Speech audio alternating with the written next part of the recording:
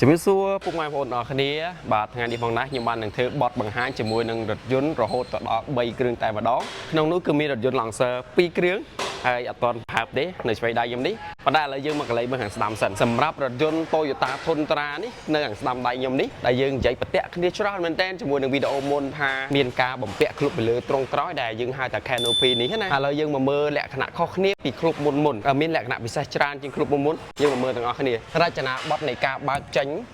ប្អួយទាំងសងខាង3ប្រឡោះនេះគឺមានដូចគ្នាក៏ពិតមែនប៉ុន្តែបងប្អូនមើលចំណុចពិសេសមួយទៀតចំណុចពិសេសនោះត្រង់ថាយើងអាចបើកប្អួយកញ្ចក់កន្លែងនេះបានអញ្ចឹងការបើកប្អួយកញ្ចក់នេះគឺវា comfort មែនទែននៅពេលដែលយើងជិះឡើងក្នុងហ្នឹងហើយយើងអាចបើកបែបនេះបានទេមែនទេបាទយើងអាចបើកបែបនេះបានទេព្រោះវាមានការពិបាកមែនទែនអញ្ចឹងយើងអាចប្រើជាមួយនឹងការបើកកញ្ចក់បែបនេះបានតែតម្លៃខុសគ្នាដែរណាបងប្អូនទាំងអស់គ្នាសម្រាប់អាចបើកកញ្ចក់នេះបានហើយនឹង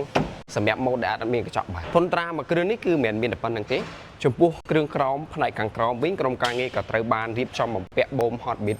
បានមកគូមុខដែរនៅតែខាងក្រោយអញ្ចឹងTundraនេះគឺមាន2មុខហ្នឹងឃ្លុប canopy ពីលើទ្រុងក្រោយក៏ដូចជាបូម hot bit កំប៉ុងសេរី8លេខកាច់ហើយយើងមកកលេចមើលខាងនេះម្ដងបាទសម្រាប់រថយន្តមួយគ្រឿងនេះវិញគឺជា Lancer ជ្រុង Lancer Prado 70 សេរីហើយក៏ធ្វើការបំពាក់ជាមួយនឹងបូម hot bit ផងដែរសម្រាប់មួយគ្រឿងនេះគឺខុសពី80សេរីខាងក្រោយតិចទៀតគឺយើងទៅនិយាយជាមួយ80សេរីខាងក្រោយគឺវាមានភាពខុសគ្នាបែបណាបងប្អូនដែលមិនប៉ុណ្ណឹងក៏អាចទស្សនាបានបងប្អូនដែលដឹងហើយក៏អាចទស្សនាបានដែរបាទបន្ថែមបន្តិចទៀតអញ្ចឹងណាភាពខុសគ្នានេះគឺ70សេរីនេះ Lancer ជ្រុង Lancer Prado នេះជាប្រភេទបូមនៅក្នុង Racer ឡានមានបូម Racer 4ដើមដូចគ្នាមែនប៉ុន្តែភាពខុសគ្នានោះគឺ Lancer ជ្រុងមួយគ្រឿងនេះ Lancer Prado នេះគឺបូមនៅក្នុង Racerចំណាយ80សេរីនោះបដូរបូមដែរប៉ុន្តែជាប្រភេទរថយន្តដែល Racer ដាច់ពីបូមដោយបូម Racer ដោយ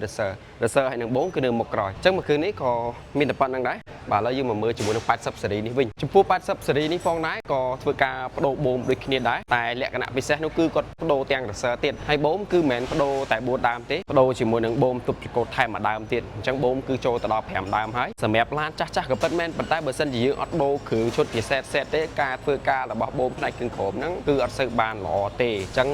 ឡានចាស់ក៏ដោយយើងបដូរគ្រឿងទៅរៀងខ្ពស់ជាងឡានថ្មីបន្តិចតួចជួនកាលឡានខ្លះយើងអាចកេងបដូរតែបូម4ដើមក៏ជិះទៅស្រួលប៉ុន្តែសម្រាប់ឡានសេរីចាស់បែបនេះយើងចង់ឲ្យស្រួលខ្លាំងអាចទៅដល់កម្រិតបដូរទាំង Racer ទាំងថ្ងៃទៀតអញ្ចឹងទៅទាំងបូមទប់ចង្កូតទាំងថ្ងៃទៀតអញ្ចឹងរថយន្ត3គ្រឿងនេះគឺមានតែប៉ុណ្្នឹងទេបដូរបូមទាំង3គ្រឿងតែម្ដងក្នុងថ្ងៃតែមួយគ្រាន់តែថាអត់ចង់ធ្វើវីដេអូពុកម៉ែបងប្អូនទស្សនាខាតពេលយើងធ្វើតែមួយវីដេអូឲ្យពុកម៉ែបងប្អូនទស្សនាបានគ្រប់ចំណុចគ្រប់ជ្រុងជ្រោយតែម្ដងអរគុណពុកម៉ែបងប្អូនទាំងអស់គ្នាចាប់អារម្មណ៍ជាមួយនឹងបូម Hot Bit អាចអញ្ជើញមកកាន់ VKM Motorsport ឬក៏សួរព័ត៌មានបន្ថែមនៅក្នុង page បានអរគុណ